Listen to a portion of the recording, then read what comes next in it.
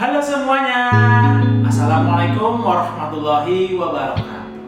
Oke, sebelumnya izinkanlah saya untuk memperkenalkan diri. Perkenalkan, nama saya Nur Arifin Adin Puju Artanto, bisa dipanggil Arif.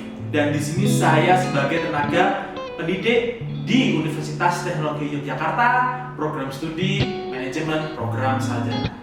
Nah, di sini saya akan menampilkan video pengajaran saya. Nah, mata kuliah penganggaran bisnis ini sebelumnya adalah mata kuliah di semester ganjil.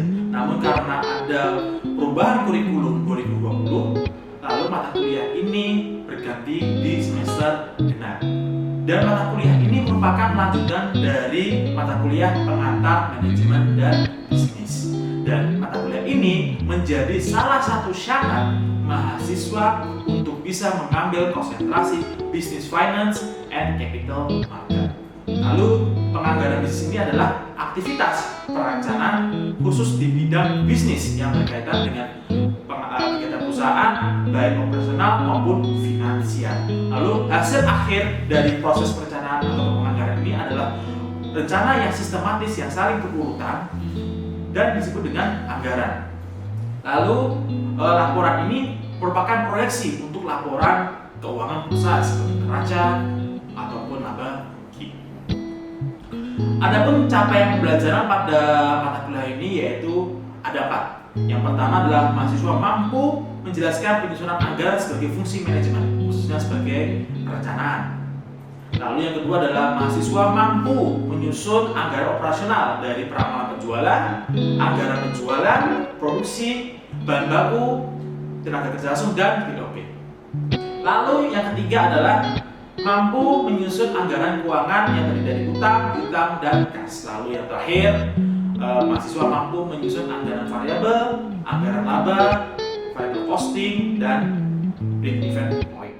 Dari keempat capaian ini tentu ada persentasenya. Persentasenya bisa dilihat di sini ya, persentasenya di mana ada 4 capaian. Dan di sini di dalam capaian ini saya tidak memasukkan nilai UTS sebagai salah satu capaiannya karena nilai UTS UAS, kuis tugas itu ada di dalam capaian tersebut. Misalkan di capaian 2 itu saya masukkan nilai UTS kuis dan sebagainya. Jadi UTS UAS tidak lagi sebagai satu nilai utama untuk memperoleh hasil yang baik bagi mahasiswa. Adapun metode pembelajaran yang saya gunakan, yang pertama adalah perkuliahan, penyampaian teori dan sebagainya. Lalu ada studi kasus jika ada misalkan ada perusahaan mengalami permasalahan ataupun ada sesuatu yang menarik, itu bisa dijadikan kasus sehingga kita bisa belajar dari kejadian tersebut. Lalu ada project based learning, tentu saja mahasiswa akan diberikan kesempatan untuk bisa membuat anggaran tersebut dari awal sampai akhir dengan kondisi tertentu. Lalu referensi yang saya gunakan bisa dilihat seperti di sebelah, bahwasanya referensi yang gunakan memang banyak, namun mahasiswa bisa menambahkan referensi dari luar yang terkait dengan materi ini. Lalu adapun kategori penilaian nilai final. Yang nilai A itu di atas lebih dari 81, yang B lebih dari sama dengan 61, C lebih dari 41, D lebih dari sama dengan 21, dan E kurang dari 21. Dan mahasiswa yang ingin mengambil konsentrasi keuangan atau business finance dan capital market, maka minimal dia harus dapat D. Namun untuk mahasiswa lainnya yang tidak mengambil konsentrasi ini bisa menargetkan nilai minimal adalah C. Oke, itu sekian penjelasan saya terkait dengan mata kuliah ini. Selanjutnya bisa melihat pengajaran saya pada video berikutnya. Terima kasih. Oke, bagaimana kabar teman-teman semua? Sehat ya? Sehat, alhamdulillah sehat. Oke, sehat ya. Oke, teman-teman, sebelum kita mulai, kita berdoa terlebih dahulu. Berdoa menurut agama dan kepercayaan masing-masing. Saya persilahkan. Oke, cukup. Oke, selamat datang teman-teman mahasiswa di kelas penganggaran bisnis ya. Di sini saya manggilnya teman-teman aja ya, karena lebih dekat aja kalau misalkan manggil teman-teman dibandingkan kalau D atau Kak gitu ya. Oke, ini sepertinya mahasiswanya mahasiswa lama ada ya, ini yang angkatan 18, 17 ya. Ya nggak apa-apa lah, kita ketemu lagi ya. Dan ini juga ada mahasiswa baru ya, di mana masih udah menggunakan kurikulum 2020 ya. Jadi yang teman-teman angkatan 2020, ini adalah mata kuliah di kurikulum 2020 ya. Jadi yang untuk angkatan 17 nggak usah khawatir karena untuk mata kuliah ini materinya sama seperti sebelumnya. Cuman beda peletakannya aja. Kalau misalkan penganggaran bisnis itu ada di semester 2 untuk angkatan 2020 semester genap ya. Kalau kalian kurikulumnya di semester ganjil ya, jadi nggak usah khawatir. Oke, teman-teman sudah saya share juga ya terkait dengan RPS, apa saja sih capaian-capaian yang saya sudah berikan kepada kalian dan juga silabusnya sehingga nanti teman-teman sudah tahu apa sih yang harus akan dikerjakan pada kesempatan kali ini atau yang harus diselesaikan pada kesempatan kali ini. Oke, nah pada pertemuan pertama ini ya saya akan memberikan materi terkait dengan nama konsep penganggaran bisnisnya, namanya juga pertemuan di awal ya. Kalau pertemuan di awal itu kan kita masih kayak perkenalan, masih overview gitu ya. Jadi masih ada konsepnya dulu karena ini adalah muara dari teman-teman akan mempelajari ke depannya. Apa sih yang akan dipelajari ke depannya gitu. Karena ini akan memuat seluruh materi selama 14 pertemuan nantinya yang akan kalian pelajari nanti. Nah, oke. Kita langsung saja masuk ke bagian materi ya. Nah, yang pertama ini adalah anggaran dan penganggaran ya. Jadi anggaran dan penganggaran itu berbeda teman-teman ya. Kalau anggaran itu teman-teman bisa baca di sini adalah dia adalah rencana yang disusun secara sistematis dari jangka waktu dari awal sampai akhir dalam satuan keuangan dan pada jangka waktu tertentu. Nah, sedangkan kalau penganggaran itu adalah prosesnya dari awal sampai akhir, mulai dari tahapan penyusunan, pengumpulan data, terus juga sampai tahapan pengawasan sampai evaluasi. Ya, jadi beda, tapi konsepnya sama ya, karena penganggaran itu adalah mulai prosesnya, sedangkan kalau anggaran itu adalah rencananya, gitu ya. Nah, ini sama-sama menyusun, ya, sama-sama menyusun dengan sistematis. Nah, maksudnya sistematis itu seperti apa ya? Jadi sistematis itu intinya berurutan, tidak lompat-lompatan, ya, tidak lompat-lompatan seperti itu. Jadi teman-teman akan melakukan ya penyusunan ini itu secara berurutan, mulai dari awal sampai dengan akhir seperti itu ya. Nah, terus di sini teman-teman ada ciri-ciri anggaran. Tentu saja ketika anggaran itu punya ciri-ciri ya, tidak pasti semuanya juga punya ciri-ciri. Nah, ini banyak banget nih ya. Mungkin saya yang kasih tebal itu adalah yang paling utamanya, yaitu adalah anggaran merupakan komitmen. Ya, maksudnya komitmen gimana? Itu adalah bentuk pertanggungjawaban teman-teman. Ketika itu sudah dibuat, maka itu yang harus dilakukan. Tidak boleh berubah. Seperti itu. Nah, lalu di samping itu ada juga sifat anggaran yaitu dapat diubah dalam kondisi tertentu. Nah, nanti saya akan jelaskan secara detailnya nanti. Oke. Dan di sini teman-teman juga kalau kita bikin anggaran, yang terpenting satuannya harus keuangan teman-teman ya. Jangan satuannya kilogram atau satuannya gram gitu ya. Satuannya keuangan. Rupiah kalau di Indonesia ya, kalau di luar negeri ya dolar dan sebagainya ya. Dan juga ciri-ciri anggaran ini itu sudah disetujui oleh otoritas yang lebih tinggi ya, karena juga planning untuk kedepannya sehingga teman-teman di sini ketika bikin anggaran itu harus disetujui dengan oleh orang-orang yang ada di atas teman-teman gitu ya. Jadi ini memang benar-benar suatu komitmen ya gitu. Nah, lalu untuk anggaran itu juga memiliki beberapa sifat ya teman-teman. Nah, yang pertama adalah realistis ya. Realistis itu apa sih? Realistis itu adalah tidak terlalu optimis dan tidak terlalu pesimis ya. Dalam ketika kita merencanakan ya, jangan seperti orang-orang yang habis dapat uang banyak gitu tiba-tiba langsung senang gitu ya. Tapi juga jangan terlalu down karena ingat, anggaran itu harus menyesuaikan dengan keadaan, sehingga jangan sampai teman-teman membuat anggaran itu menjadi karena misalnya besok bagus kondisi ekonominya, sehingga teman-teman optimis bahwa akan naik dan sebagainya. Padahal ada kemungkinan besok ke depannya teman-teman akan mengalami mungkin ada krisis dan sebagainya. Lalu fleksibel, ya fleksibel maksudnya adalah tidak terlalu kaku dan mempunyai peluang untuk disesuaikan dengan perubahan. Maksudnya gini, ya teman-teman itu bikin anggaran itu tidak saklek dengan apa yang dilakukan sebelumnya. Misalkan teman-teman sudah bikin anggaran di sebelumnya. Nah, di anggaran di tahun depan itu bisa juga berbeda dengan anggaran sebelumnya. Jadi teman-teman di situ bisa membuatnya tanpa perlu ada semacam sama dengan seperti sebelumnya. Jadi bisa disesuaikan dengan peluang yang ada. Lalu berkelanjutan, yes, karena ini membuatannya berterusan dan juga ini tidak bisa dilakukan secara spontan, maka ini butuh perhatian terus-menerus. Lalu fungsi anggaran di sini ada 3 ya, pedoman kerja, alat pokok organisasi kerja, sama alat evaluasi. Nah, yang terpenting adalah anggaran ini dibuat sebagai pedoman kerja ya, teman-teman ya. Karena ketika kita bekerja otomatis ada panduan, ada pedomannya sehingga itu perlu dibuat gitu agar target bisa tercapai atau bisa nanti dijadikan sebagai alat evaluasi seperti itu. Ya. Terus nah, pengelompokan anggaran itu ada 2, teman-teman. Anggaran operasional, intinya kalau anggaran operasional itu anggaran yang mencakup kegiatan utama. Kegiatan utama kita apa sih? Yaitu menghasilkan keuntungan. Nah, rumus dasar yang mengambil keuntungan adalah dapat dari 2 faktor, pendapatan sama ada biaya, gitu. Dan itu menghasilkan namanya laba. Lalu anggaran keuangan itu adalah anggaran yang mendukung, supporting ke anggaran operasional. Untuk bisa mendapatkan profit, caranya gimana? Ada investasi, kas, sama proyeksi neraca. Gitu. Lalu berdasarkan jangka waktunya, ketika kita bikin, ya tentu saja kita bisa ada 1 periode kurang, ada yang lebih dari 1 periode akuntansi. Dan ini dibagi jadi 2, yaitu anggaran strategis sama taktis. Jika misalkan teman-teman itu berkelanjutan lama, maka bikinnya yang anggaran strategis. Tapi kalau misalkan tergantung kondisi juga, misalkan hanya bisa dibuat dalam 1 periode, maka menggunakan anggaran taktis yang dimana umurnya kurang dari ataupun hanya 1 periode.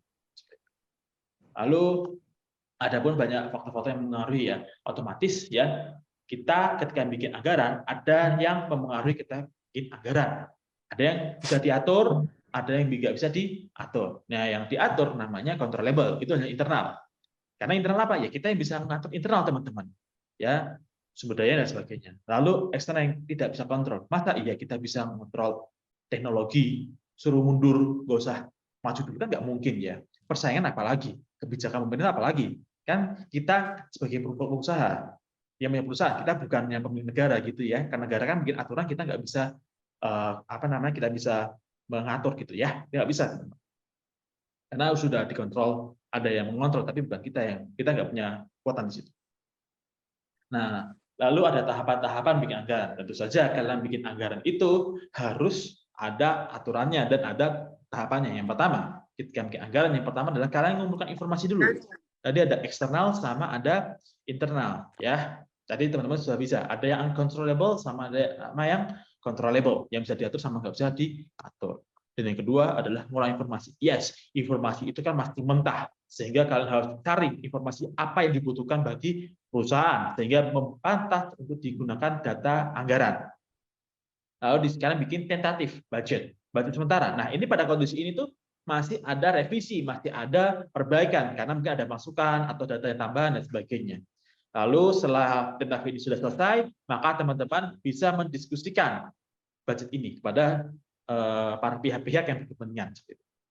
Lalu setelah ini disetujui, maka bikin budget definitif. Budget definitif itu adalah budget yang sudah fix, gitu ya. Lalu ada tahapan sosialisasinya. Tentu saja ketika ada sosialisasi, maka perlu disosialisasikan kepada pihak-pihak berkepentingan di dalam perusahaan, ya, karyawan dan sebagainya. Oke, itu terkait dengan tahapan membuat anggaran. Adakah yang ingin ditanyakan, teman-teman? Saya Pak yang ingin bertanya. Oke, siapa ini yang bertanya? Widiana Suprapti, Pak. Oke, Widiana, Mbak Widiana, pripun?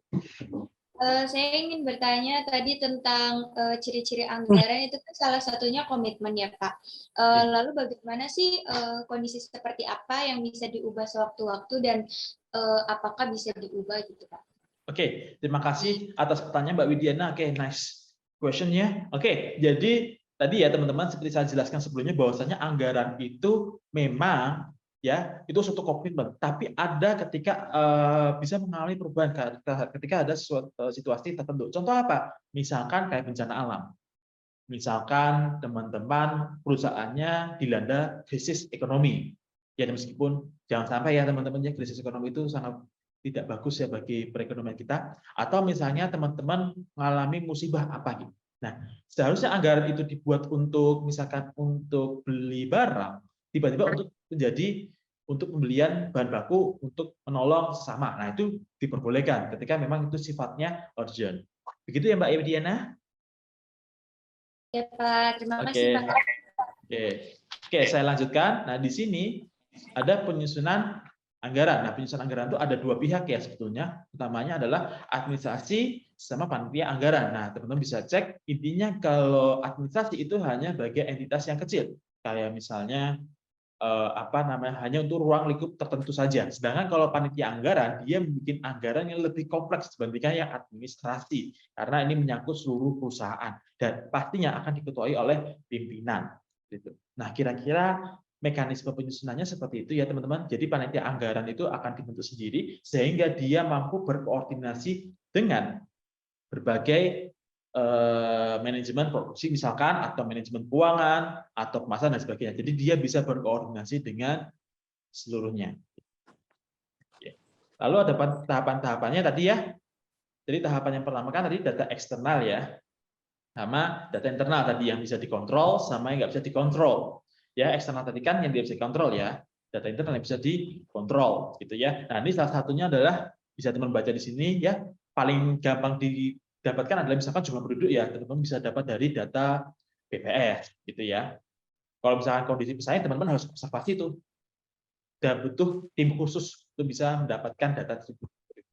Sedangkan kalau internal, teman-teman kan hanya perlu mengambil data dari misalnya divisi keuangan atau divisi SDM dan sebagainya, dan dengan kalian menggunakan divisi itu, kalian bisa mendapatkan data-data dari divisi tersebut. Tidak perlu kalian minta tolong sama divisi kalian untuk mencari data divisi lain, gitu. Dan itu paling mudah dilakukan ya teman-teman, karena itu yang ada di perusahaan. Nggak mungkin nggak ada dong. Kan perusahaan juga nggak mungkin tutupin kayak dengan data internal ya, nggak mungkin. Dan ini terkait dengan data. Oke, setelah ini kita akan masuki keterkaitan anggaran dengan manajemen. Oke, mungkin saya ingin menanyakan kepada kalian semua nih, kira-kira nih, ketika kan pada saat di awal ini ya, kan kalian kan belajar manajemen tuh. Nah, manajemen itu kan memiliki 4 fungsi. Adakah yang bisa tahu fungsi apa saja kah yang ada di manajemen? Ada yang tahu? Oke, siapa nih? Bagas Angkasa, Pak. Oke, Mas Bagas Angkasa. Kira-kira apa Mas 4 fungsi manajemen? 4 fungsi utama dari manajemen yaitu perencanaan, pengorganisasian, pengarahan, dan pengendalian, Pak. Oke, nice. Thank you. Oke, jadi itu adalah fungsi inti dari manajemen. Ya, ketika kita bahas manajemen, kita awalnya bilang input ya, karena apapun yang kita lakukan pasti butuh namanya input. Nah, input itu salah satunya adalah sumber daya. Nah, sumber daya ini diolah di proses manajemen. Jadi seperti dijelaskan oleh Mas Bagas, bahwasanya proses manajemen ini ada perencanaan, pengorganisasian, pengarahan, pengendalian. Ya, ini fungsi umumnya. Ya, kalian bisa baca kembali lagi di materi sebelumnya di kelas lain ya. Jadi ini ya, tentu saya manajemen nggak terlalu detail.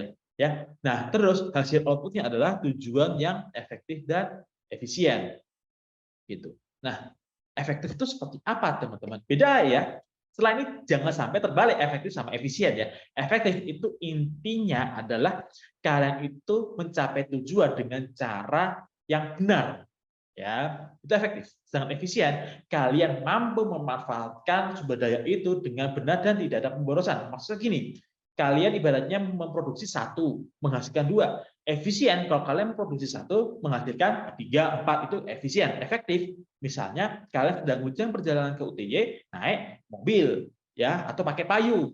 Ya, kalau nggak efektif adalah kalian nerobos tanpa pakai payung atau pakai jas hujan. Nah, itu nggak efektif teman-teman, itu malah bikin kalian sakit ya. Jangan sampai seperti itu. Ya. Dan juga ini adalah output yang diinginkan di manajemen ya. Karena kenapa harus efektif dan efisien? Karena ini akan terkait dengan masalah anggaran. Ya. Nih, keterkaitan dengan anggaran. Ya.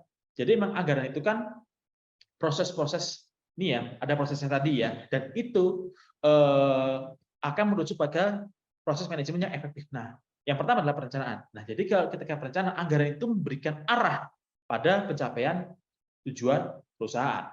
Ya, jadi intinya kan di fungsi di awal, yaitu anggaran itu membentuk pedoman atau sebagai alat pedoman. Lalu yang kedua adalah pengorganisasian dan pengarahan. Ini adalah pedoman pelaksanaan kegiatan tujuan agar selaras. Yes, karena kalau dengan adanya pedoman, kita kan selaras. Maksudnya selaras itu sama, bergerak bersama-sama. Tidak ada yang nyamping kanan, tidak ada yang nyamping kiri. Kalau misalkan nyamping kanan, kita arahkan ke arah yang benar. Kiri juga sama, ya. Kita dengan adanya pedoman, kita bisa saling mengingatkan antar pegawai, antar karyawan dan sebagainya. Lalu yang terakhir adalah pengendalian. Tentu pengendalian dan ini adalah ketika ada buku. Ketika sudah ada anggaran, ya buku anggaran gitu ya, ketika proses produksi berlangsung, kita bisa mengetahui bagaimana prosesnya seperti apa, apakah sudah sesuai dengan sesuai dengan aturan ataupun anggarannya, atau bagaimana nih? Karena ini akan melihat apakah efisien atau efektif ketika berjalannya ini. Kalau misalkan nggak efektif, kita tahu nih permasalahannya di mana. Nggak efisien, tahu nih permasalahannya di mana. Karena misalkan nih kalian butuhnya 1 menghasilkan 2, ternyata malah 2 hasilnya 2, butuhnya 2 hasilnya 2. Nah ini kenapa nih ketika bisnis itu sudah jalan? Nah ini nanti perlu dievaluasi seperti itu.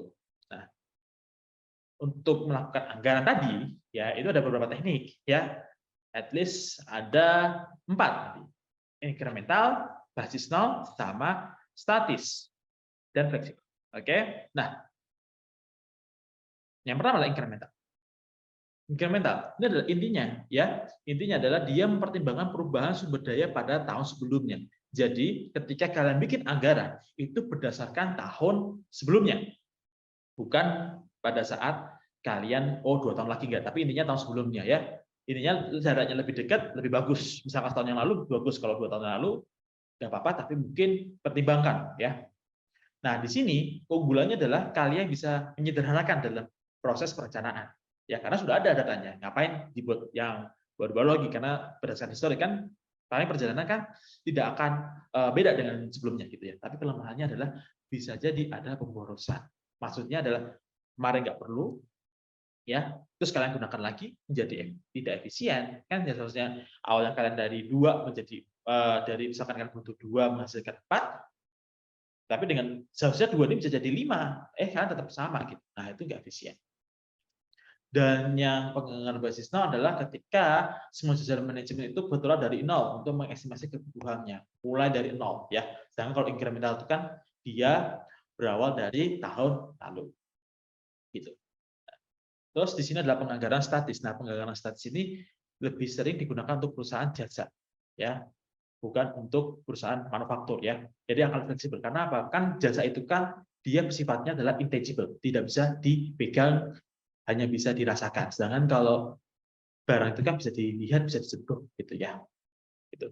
Nah, lalu penganggaran fleksibel ini berkaitan dengan volume aktivitas. Ya. Jadi terkait dengan aktivitas yang dihasilkan.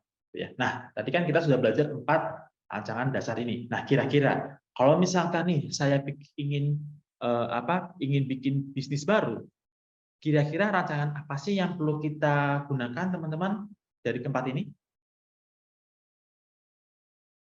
Kira-kira rancangan apa sih yang kita gunakan? Oke, siapa? Siapakah ini? Wafiq Aziza. Oke, Mbak Wafiq, silakan. Apa, Mbak? Tekniknya itu pakai penganggaran bisnis karena baru tuh belum punya data di masa lalu, sehingga pembisnis harus mencari data terkait dengan anggaran bisnisnya. Setidaknya menggunakan data dari bisnis lain yang sama, begitu Pak. Oke, sip. Oke, nice jawaban ya. Oke, jadi memang betul bahwasanya kalau misalkan kalian nggak punya data, ini kan lebih kepada kalian bikin bisnis baru ya. Berarti kalian bisa mengestimasi itu dari 0. Nah, biasanya dari bisnis nol ini, basis nol ini, kalian akan membandingkan dengan bisnis yang sama. Ya, tapi nggak bisa kalian klaim, tapi bisa membandingkan. Ya, nah apakah nanti bisa di copy? Kayaknya sih tergantung dari kalian. Ya, tapi yang jelas kalian nggak punya data, sehingga kalian harus butuh data dari yang lain, gitu ya. Oke, thank you, Taufik, Mas jawaban. Oke, nah ketika tadi bikin anggaran, tentu saja anggaran itu kan bermacam-macam ya. Anggaran itu kan bermacam-macam, sehingga ada tahapannya nih, karena kan tadi kalian bilang sistematis. Nah, jadi sebelumnya itu kita harus tahu nih, ada dua alternatif. Alternatif pertama adalah ketika supply lebih kecil dibandingkan demand, ya, maka anggaran ini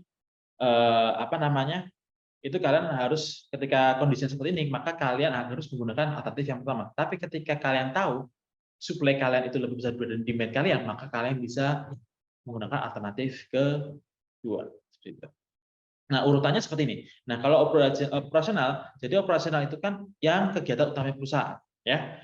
Kegiatan utama kan yang pertama, ini adalah materi kita selanjutnya, yaitu adalah kita melakukan nanti forecasting. Lalu kita membuat anggaran penjualan, anggaran produksi, lalu bahan baku, biaya tenaga kerja langsung, sama BOP atau biaya operasional pabrik. Lalu kita nanti akan membuat namanya anggaran pemasaran, ya.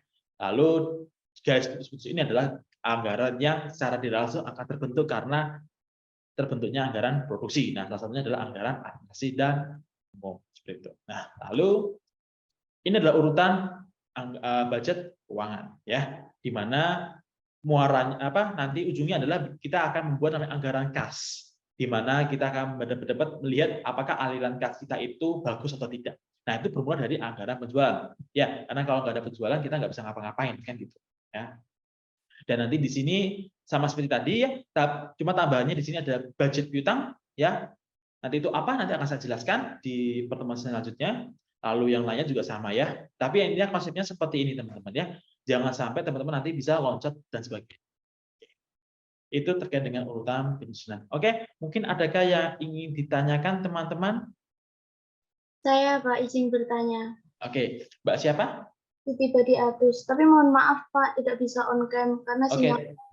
Oke, tidak masalah. Oke, tidak masalah. Pada bagian yang tadi loh, yang yang menyelesaikan budget keuangan itu loh Pak. Ya. Yang urutan penyusunan budget keuangan itu kan dalam menyusunnya itu kan yang awalnya itu kan budget penjualan. Apakah dalam membuat anggaran itu harus membuat anggaran penjualan terlebih dahulu atau sebetulnya bisa membuat anggaran yang lain, Pak? Oke. Jadi sebetulnya pertanyaan bagus ya, karena kan ini urutannya ya. Oke. Jadi sebetulnya ini saya akan menjelaskan yang sebelumnya sama seperti ini. Nah, jadi di sini teman-teman ketika bikin anggaran itu tadi seperti saya bilang bahwasanya ada dua alternatif. Yang pertama dan kedua. Ketika teman-teman menemukan bahwa kondisi pasarnya itu sampai lebih kecil daripada demand, maka teman-teman bisa membuat anggaran produksi dibuat itu setelah kalian membuat anggaran produksi. Jadi kalian bikin anggaran produksi dulu baru penjualan. Karena apa? Demand kalian terbatas, supply kalian itu terbatas, tapi demandnya banyak. Sehingga kalian harus ibaratnya kalian kan bisa membuat penjual itu full ya, karena demandnya terlalu banyak.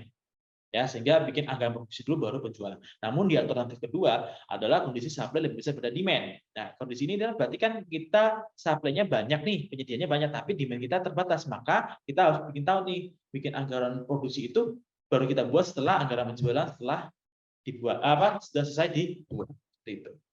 Oke, ada lagi pertanyaan? Oke, Pak, terima kasih. Sama. Saya ingin bertanya Pak Herlambang Prayoga, Pak. Oke, silakan Mas Herlambang. Terlihat pada gambar bahwa anggaran harus dibuat urut ya Pak ya. Lalu apakah anggaran harus dibuat urut dan apakah boleh membuat anggaran lain dulu Pak? Oke, kira-kira ini coba deh. Kira-kira ada yang bisa menjawab nggak teman-teman? Saya Pak mau coba menjawab. Oke, siapa nih? Linda Pak, Linda Tira Febriani. Oke, silakan Mbak Linda. Menurut pendapat saya tidak bisa karena sudah sesuai dengan gambarnya sudah ada tanahnya Pak. Kemudian untuk setiap anggaran pasti membutuhkan data sebelumnya. Misal anggaran BPKR atau biaya tenaga kerja membutuhkan data dari anggaran produksi Pak. Oke. Ya, sip. Oke, terima kasih Mbak Linda. Oke, Mas Lambang seperti itu ya, Mas Lambang. Jadi sebetulnya kayak misalkan penjualan deh. Penjualan itu kan selanjutnya adalah anggaran produksi ya. Nah, ketika anggaran produksi kan kita harus tahu nih kita tahu penjualan kita tuh berapa. Nah, ketika kita tahu penjualannya berapa, maka kita bikin anggaran produksi. Sama saja kita BTKL nanti, tenaga kerja. Kita tahu nih ngasih upah berapa, tapi kita nggak tahu berapa sih yang harus diproduksi. Nah, kita harus tahu anggaran produksi itu seperti apa. Ya, seperti itu ya. Oke.